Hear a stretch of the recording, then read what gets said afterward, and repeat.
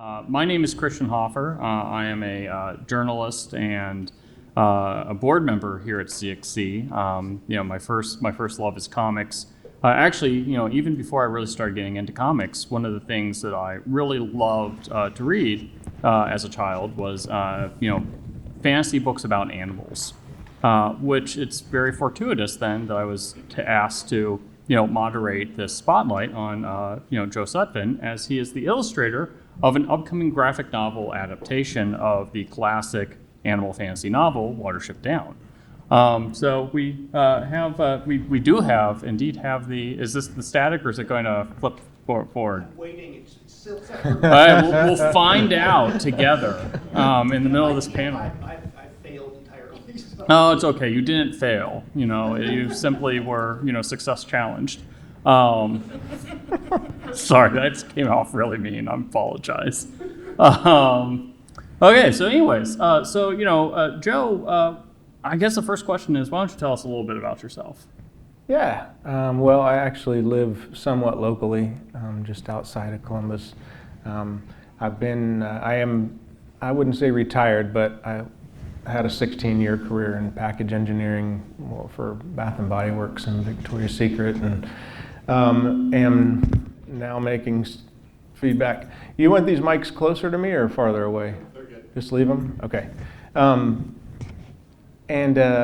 left that career to illustrate books, children's books, full-time about just over 8 years ago. So I've been making books for a little over a decade, 11 or 12 years. So I'm assuming then, which came first, the product engineering or your love of art?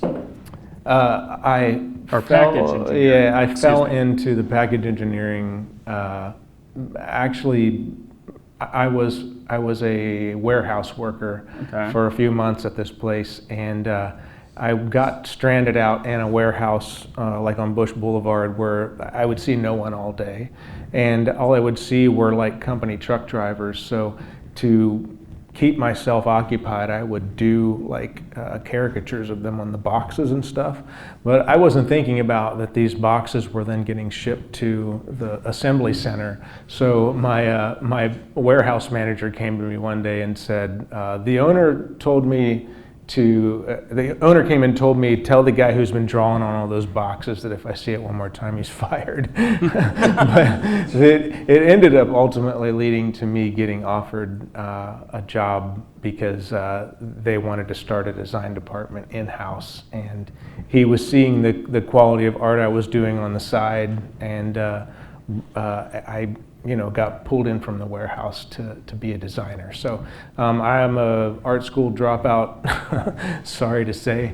No art director or editor has ever asked me where I went to school though. So I guess all that matters is that you can tell a good story with your pictures and get the job done on time. Well, and so you start off as an illustrator, and let's talk a little bit about that, because quite frankly, I feel that some of your work in that field is fascinating. As you can see in front of us, we have a copy of Little Pilgrim's Progress, which is an illustrated version of Pilgrim's Progress, which, if I recall correctly, is the second most published book of all time after the Bible. Yeah, outsold by the Bible. Yeah, so kind of up there.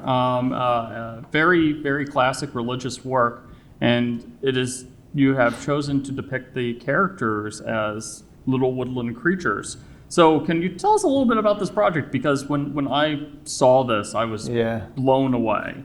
Well, when the creative director for this publisher approached me, I was not sold right away. I remember our teacher in elementary school trying to read us Pilgrim's Progress, and I would just check out. It was, and so like thinking about, do I want to illustrate Pilgrim's Progress? And I'm thinking about peasants and, maybe knights and maybe some giants or whatever, but it just didn't feel like my wheelhouse, my body of work. But then that art director kind of came back to me with, somebody could take like Othello and set it in like, futuristic Las Vegas or something. And then it's like clicked in my head of like, okay, he's asking me to be myself. And so, like, his next thing was like, what if you were to like set it in your woodland realm? Because I'd kind of become that person where a lot of my books were involving anthropomorphic characters, and I started to think, well, the 9-year-old me that really did not want to listen to Pilgrim's Progress as a kid in the school library, what would that kid have actually enjoyed? And that kid would have gone home and wanted to watch The Secret of Nim or something. So, that was where I started thinking, that's where my mind goes. 10-year-old me would have wanted that if I wanted to be interested. So, yeah, it's got, I don't know, 130 pieces of art in it, I think. Even like the drop caps, everything was illustrated and created by me. I make the title on almost all my books. I didn't get to make the title treatment for Watership Down, but yeah, it was a book where I got to just 100% just be me. There was no editorial, didn't get involved. It was interesting just making art. I would sit down and make a finished piece of art by the end of the day and put it into Dropbox, and there was no involvement from anybody. And you got to like choose which animals were represented in the book. So like Christian is a rabbit, as we can see there. And, as you can see for this entire time. Yes. You will only be looking upon Christian the rabbit, which I appreciate that. I wouldn't mind looking at that. Well, it was kind of the what's the everyman, Yeah. I'd been drawing a lot of mice, and I didn't want to make it a mouse because I needed size relation to be kind of uniform with regard to trees and shrubs and other animals. So, I think kids can relate to the vulnerability of a rabbit, and then a vulnerable rabbit becoming brave at some point, kind of accentuates the bravery and the sacrifice. Oh, look at that. Look at this. I Hey. have discovered. 'Tis working. They gave me a mouse. Literally next to it, we're talking about woodland creatures. You owe him an Mice. apology now. I do. It wasn't a success challenge at all. I don't know what I did, but this is an image Yeah, so from this is art from Little Pilgrim's which I Progress. absolutely love because it depicts your work mainly features woodland creatures, and this actually features a traditional fantasy creature, a dragon. Yeah. We see the knight, who is a badger, and some of his retainers. And like I said, you gotta choose. So there was no editorial constraint for that, which is really that's kind of like fascinating in some ways. In that it's Pilgrim's Progress. You'd think that if there was anything that people were that's a kind of straightforward. I think analogy. it shows just the faith they had in my work, Yeah. which was it was exceptional to be able to have that kind of opportunity and to not be like to kind of micromanage the joy out of making art because. Sometimes I've worked on, very highly managed projects where you're just like drawing and redrawing and redrawing, and by the end you've kind of, manufactured a book rather than made art. And so this felt like making art. Yeah. So, and your work on stuff like Little Pilgrim's Progress. Well, how did your career advance to the point that you got the chance to adapt Watership Down? Tell us a little bit how you became involved in that project. I think a lot of it is building relationships, leveraging opportunities. So if I had a small opportunity with a publisher and maybe there was maybe a book launch in Brooklyn or something, I would take that opportunity and it costs something, but I'd take that opportunity to then kind of cold email a bunch of art directors and editors in Manhattan and just say I was going to be in town. Could you meet up for coffee, or could I just stop in your office and just drop off a free, like a portfolio that I leave behind? I would always have something to leave behind, but it really was just kind of leveraging every opportunity possible, and if I did get opportunities, just making sure that I was doing work that was work that those people would want to then work with me again, or if somebody got kind of a question of we need an illustrator. Do you have anybody you can recommend? So I was getting a lot of recommendations sent my way, and then even as weird as it is, Watership Down happened primarily through Instagram. And that sounds so weird, but the funny thing is I was following Brett Helquist, who famously did the series of unfortunate events, and he had posted some pictures of a really beautiful book called Dennis Wortman's New York.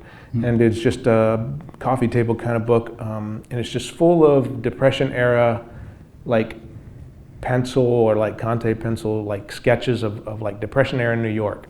It's just page after page after page. And it was, the editor on the book was James Sturm. So I put this book in my Amazon wish list, and my mother-in-law bought it for me like for the following Christmas, and I just thought, well, I'm going to post some pictures. This book's so beautiful. I posted some pictures on Instagram, and I tagged the editor, James Sturm, and then he started following me. I didn't know much about James at that time. I didn't know that he was a 2-time Eisner Award winner and that he had co-founded the Center for Cartoon Studies in Vermont. And so he's like, you know, OG graphic novel cartoonist. And it was maybe 3 months later that I got an inbox message from him just saying, hey, I've been tasked with putting together a team to make the official graphic novelization of Watership Down. And he wanted to know if I wanted to, it was sort of like James was going to adapt it, and he was asked to pitch like 4 different illustrators. So I was just in that position of, okay, I'll submit a sample, as did, you know, multiple other artists, people who were established cartoonists. Mm-hmm. And I ultimately was the guy picked by Richard Adams' daughters to join James in it. So yeah, that was how it happened. It's weird, and sometimes it's like you get so sick of social media and you're like, I'm just gonna get off of social media and delete all the apps. But weird things like this happen that if you're not there and you're not present and I guess using it for the right reasons, then, you know, maybe you miss out. I could have missed out. Yeah. When you first told me that story, it single-handedly convinced me to stay on social media. Like I was like really ready just to give it up entirely, and it was like, no, there's good social networking, and you know, and it's really interesting because Watership Down is your first graphic novel, your first comics It is, work. yeah. You're known as an illustrator, and then you get tapped to do a pretty large-scale work. And what went into, you know, the making of Watership Down? I mean, obviously you were given a script by, you know, your collaborators, but you know, what sort of research did you do, and how did you go forth and make this graphic novel? Well, we weren't really sure of, you know, all of the truth and all of the facts behind Watership Down at the start, and so we originally kind of just felt like, well, we can just kind of make this like in our own backyard, just kind of tell this story, like just honor the tale itself, but just make it our own thing. And Richard's daughters were like, whoa, no, we can't do that. Like all of these places are real.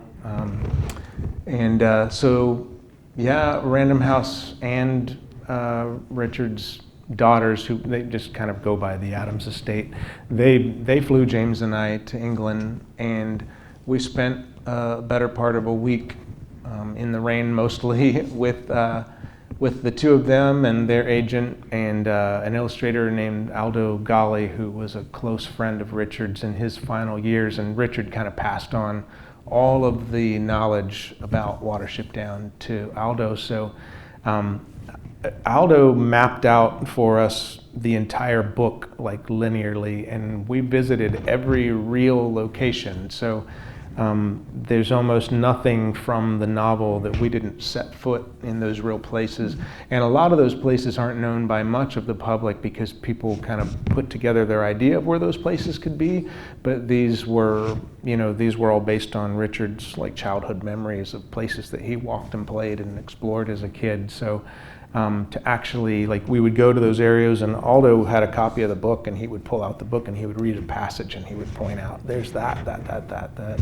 So yeah, we were standing here on the actual site of Sandalford Warren. And weirdly enough, when we walked into that site, if you're familiar with Watership Down, we walked into that site and there were like track hoe tracks in the ground. So there's actually been like a movement to try and prevent housing that was going up there, which is just so strange to think that that book could have like weirdly foretold the future. But yeah, the real, like an actual track-hoe path that had like cut through the earth. So it was really strange to see that. But we ventured, we got access to private properties, like where all the bridges on the river test are located. I got a little greedy trying to get a photograph and fell into the test at one point. So, and another interesting thing about this graphic novel is it's the first adaptation of Watership Down that was made in collaboration with the Addams family. First visual, yeah. Yeah. So all the movies and, you know, the other adaptation, the radio show, things like that, you know, that was all made without input from the family. Yeah, Martin Rosen had kind of taken the rights from them. They actually won all those back within the past couple years in a court case. But now, did that, you know, knowing the backdrop of the creation of this project, did that come with any additional challenges, like, you know, like being the first to actually make Watership Down, so to speak? Yeah, it did, because we knew the kind of like the history of hurt that this family had endured for years of never getting to have their hand involved in visual adaptations of their dad's work. So to know that we were going to be doing that, we knew that they had these daughters, when they were little, they were the first people to ever hear this story. You know, they were the ones that heard it from their dad's mouth. So we knew that they had their own mind's eye, and it was also informed by the reality of these places and some of the people that are implied in it. So we knew going into it that there will be things that longtime fans might think, well, that's not really how I pictured it, or that's not how I would have thought. We did think hard on, you know, how can we honor fans, like longtime fans of this book, but how can we honor the family and, you know, what they've hoped and longed for so many years. And thankfully, throughout all of it, even with a lot of back and forth, and we all had to do a little pushing and a little giving, you had to kind of choose which hills you were going to die on. And thankfully, in the end, they've been really thrilled with it. And I text with his oldest daughter, Juliet, quite a bit, and have a very good relationship with her. And she has told me before just how much she wished her dad could have seen it. And so that's special, you know, to know that that they feel like it honors their dad's work. Yeah. So Watership Down. So I did want to touch on one of the like interesting things about Watership Down is because it's set in the real world. You know, with other animal fantasy, we'll talk a little bit more about the genre as a whole in a second. But you know, with Watership Down, you know, they're just rabbits. You know, what sort of challenges come from like, you know, developing these just plain rabbit characters? You know, they can't wear clothes or anything like that. What comes into the challenges of making sure that each of these, you know, rabbits look unique in the visual form? Yeah, part of it. Very early on, his daughter Juliet had said, you know, we don't want any Mickey Mouse or any Bugs Bunny. You know, they really did not want anything silly. And I had to think a lot on, like, even when you get to like Cowslip's Warren, you kind of have that moment where it's described of how he's viewed as so weird because of this weird smile. So you kind of have an indicator there. Rabbits don't smile. This guy's weird. Like there's something different, and it's like the human influence on that Warren that's kind of changing their appearance.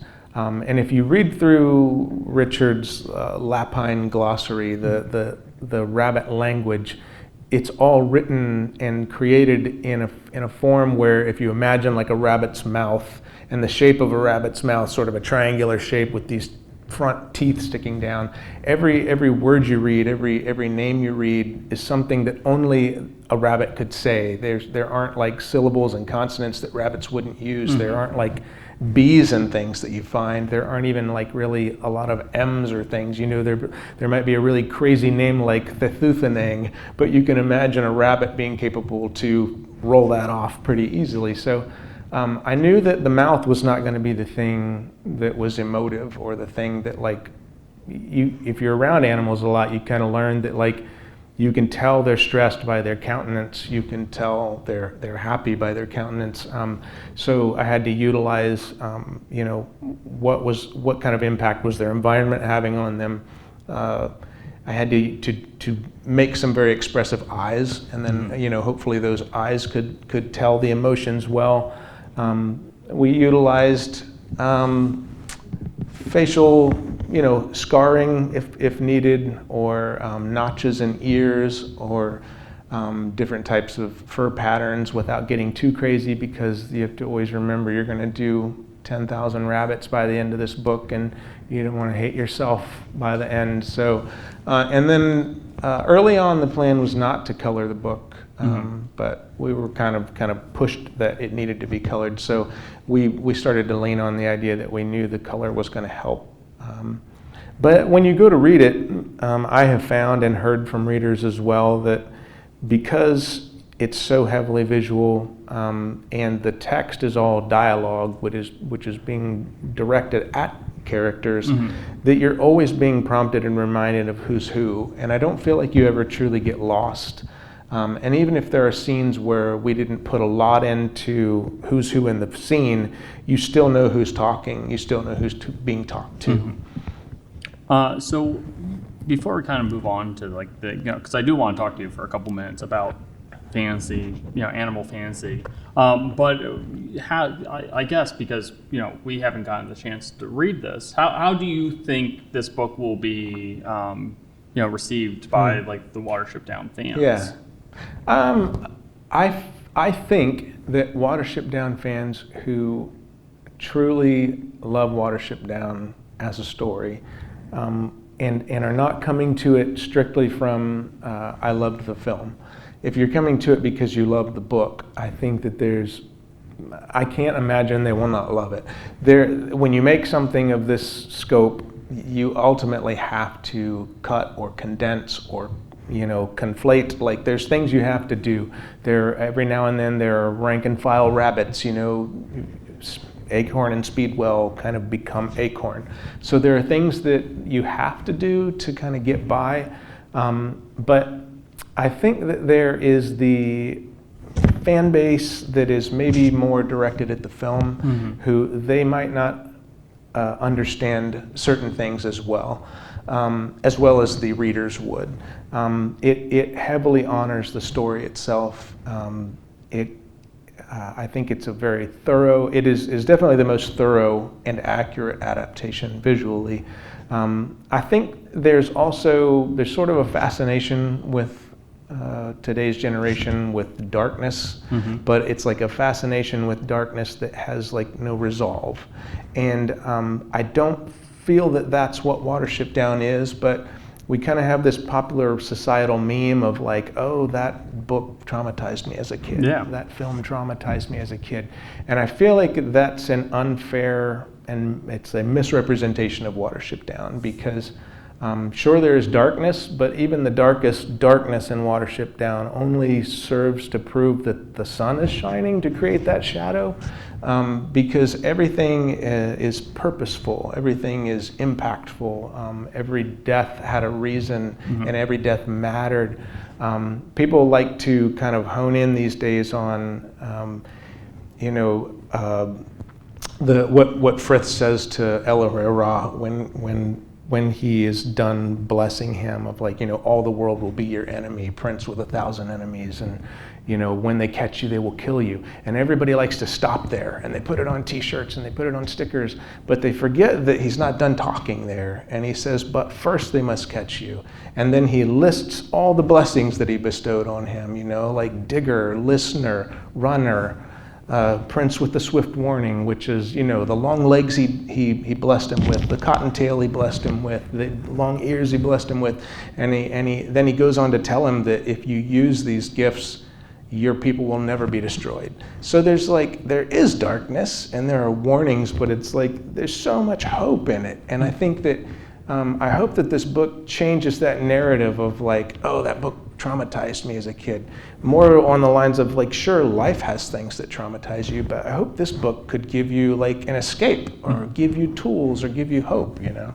Well, and that really leads in well to my next topic, which is animal fantasy. One of the things that I've always found fascinating about this genre is people relate to it in a much more visceral fashion, and I think it's because the animals are much more vulnerable. Like no one, if you read Hunger Games, no one blinks an eye at the fact that kids are getting killed off, and but if you read one book this year about kids killing kids, I mean that's like the entire subgenre of modern young adult fantasy. But when you take a classic young adult fantasy novel like Watership Down, it's like a rabbit dies, and you're like, I've been traumatized for life. And what I guess. Why do you think like, that is? Well, the majority of us who maybe are empathetic, when we watch like National Geographic film or something, and like the baby gazelle is getting chased by a hyena, you're not like, go hyena, get him! You're like, oh, get away, get away, get away. And then when they get away, you're like, yes, because you like empathize with that, and you don't want to get eaten by a hyena. So you're like, don't get eaten by the hyena, you're innocent, don't die. And so I think that animals, they break down the immediate barrier of like, I don't really like that character, or I don't like the way that kid looks, or or I've been hurt by that type of person, or anything. Like, there are things that you come in, and there are fair and unfair stigmas and things attached to humans that when you tell a story this way, you can kind of immediately, not in all cases, but you can immediately at least escape past those and tell a story that can kind of hit people quicker, I think. And especially with kids, I think kids can look at a story with animals and immediately see themselves, immediately empathize with vulnerability, and not try to decide, do I feel like I connect with those kids in that book? Mm-hmm. And and another thing is I think that they're kind of talking about like the vulnerability and stuff like that. The very primal things that animals face. They're things that humanity faces too. Mm-hmm. We just kind of shield ourselves a little bit. There's still a fear of being chased in all of us. At least I certainly hope there is. If there's anybody who's not afraid of being chased, please let me know how you get over that, because that wakes me up in the middle of the night. And I think that the animals really kind of tap into like a real primal instinct that we've kind of like hidden away and ignored, because they're fundamental fears, as opposed to it's kind of more, I don't want to say more, it's not more nuanced, but when we're dealing with humans, you're touching upon like societal things, and this is more primal in nature. And I think that's a really powerful tool that animal fantasy has. And I guess not as much with Watership Down, because the bulk of the characters are rabbits, but in like Little Pilgrim's Progress and your other woodland works, you get to tap into some of the allegorical aspects of animals as well, where different animals get to represent different emotions, different personality types. I don't really have a question there. But no, I think there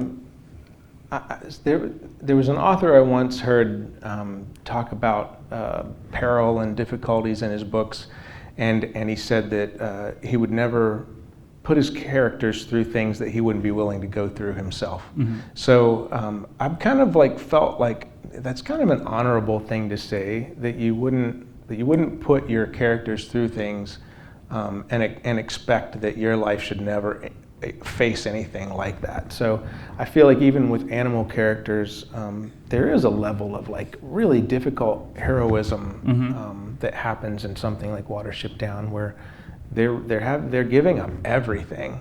They're literally risking everything to have something better for the future. And so I think that even when you're drawing animals, I don't want it to be like flippant, like, well, I don't care how many of the rabbits die as long as my main character does such and such or whatever, like you still want to care that these characters matter, and that I wouldn't expect them to do things that are not fair, Yeah. So we have about 15 minutes left, and I did want to open it up to any Yeah. audience questions. So who has questions? Yes, you in front. What's the little princess, the Pilgrim Princess about?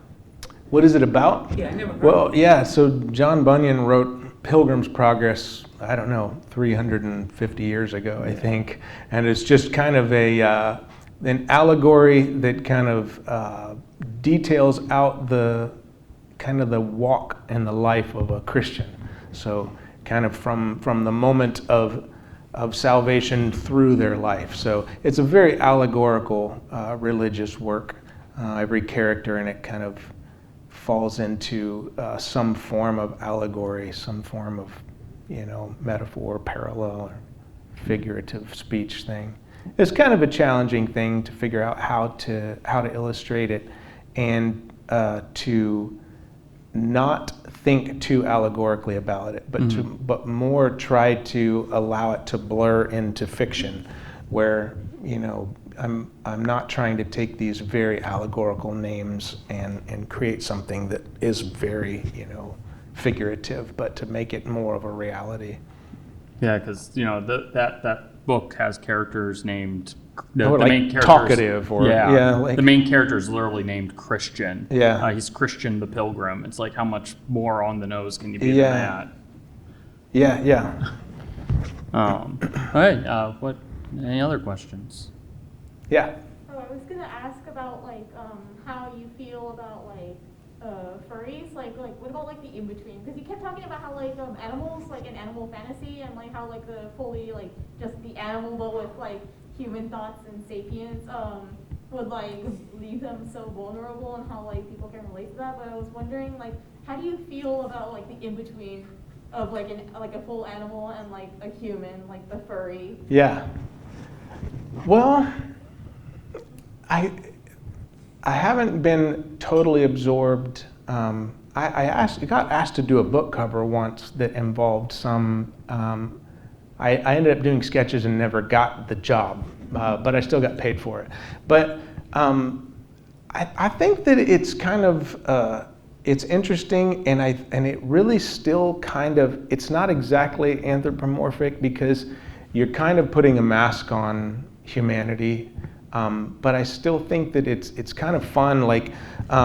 Really, Art Spiegelman's mouse is probably one of the earlier things you're going to find that actually falls into that, where you're really reading a book about humans. They just have mouse heads put on them. And even James Sturm, his book Off Season, the characters have dog heads, but they're just people.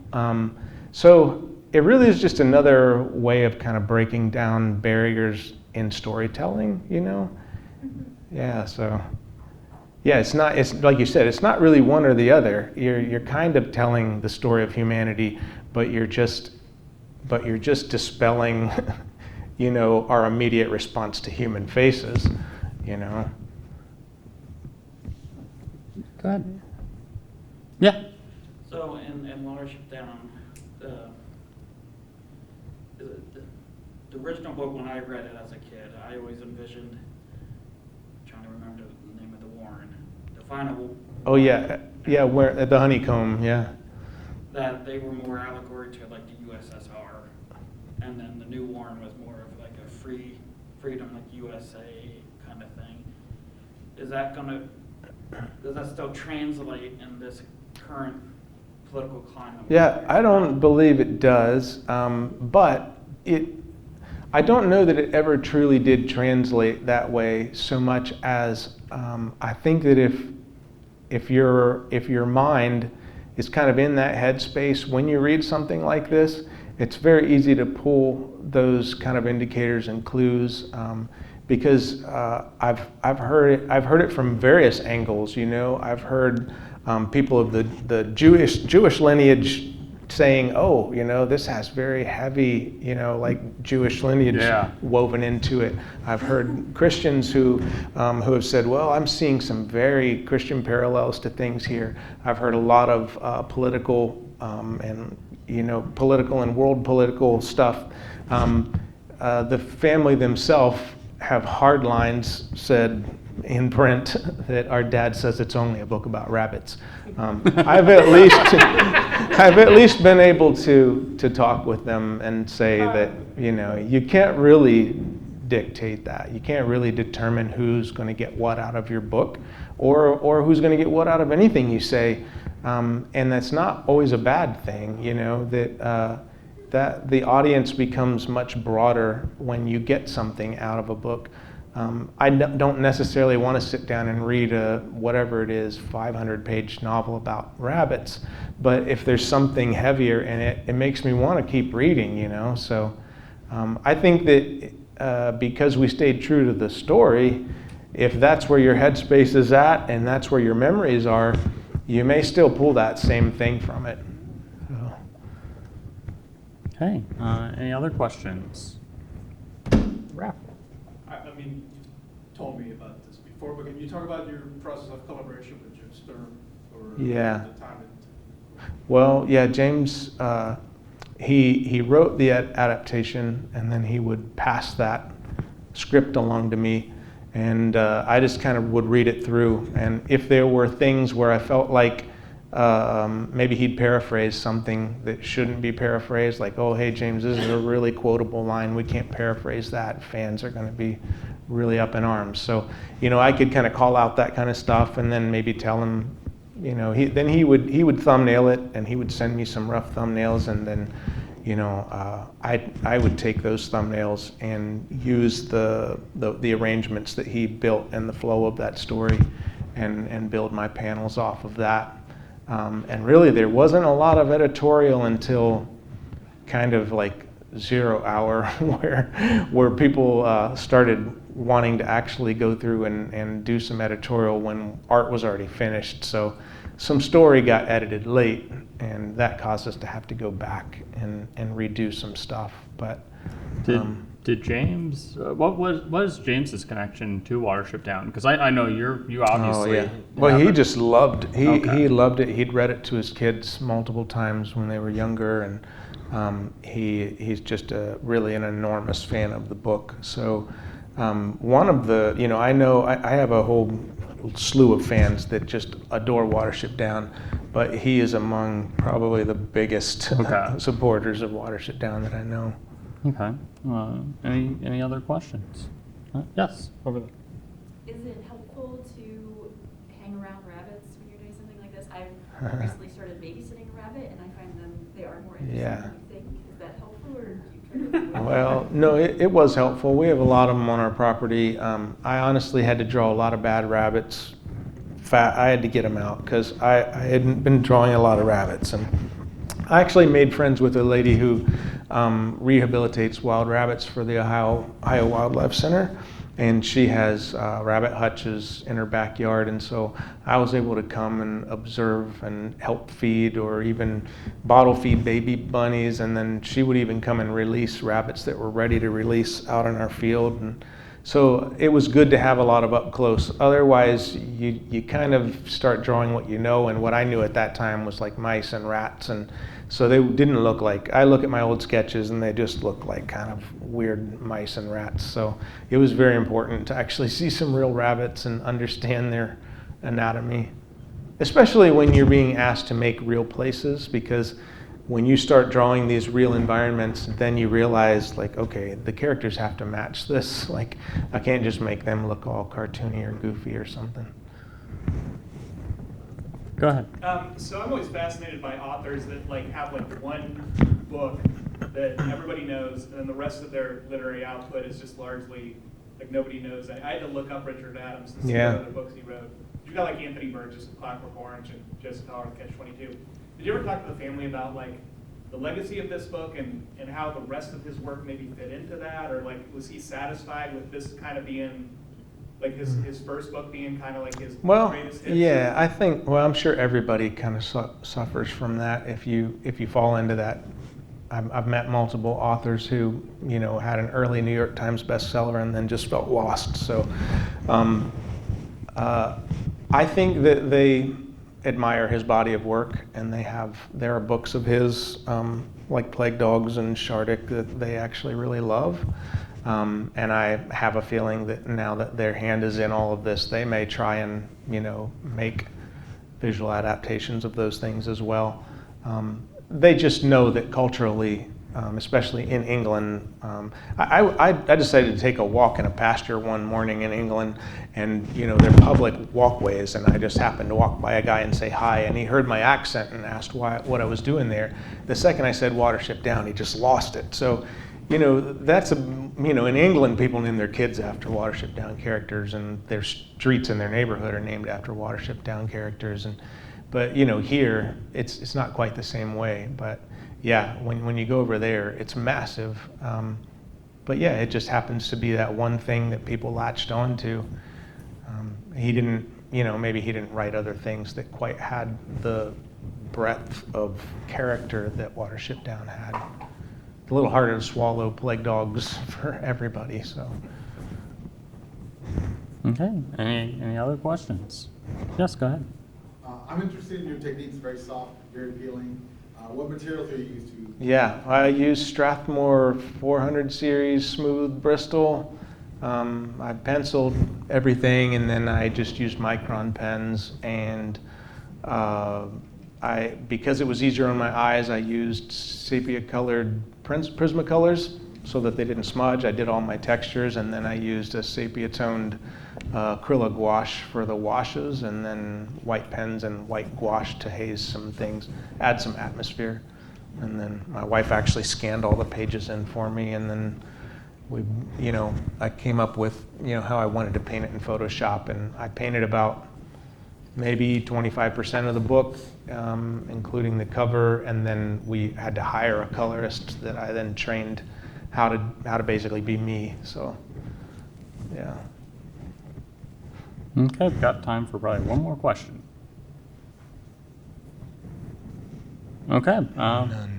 Well, Yeah. we have giveaways. Yeah, let's do a Yeah, we giveaway. can do giveaways. At the beginning. Actually, let's do it like the Hunger Games and put it in the middle. Okay, yeah, we're gonna put it in the center.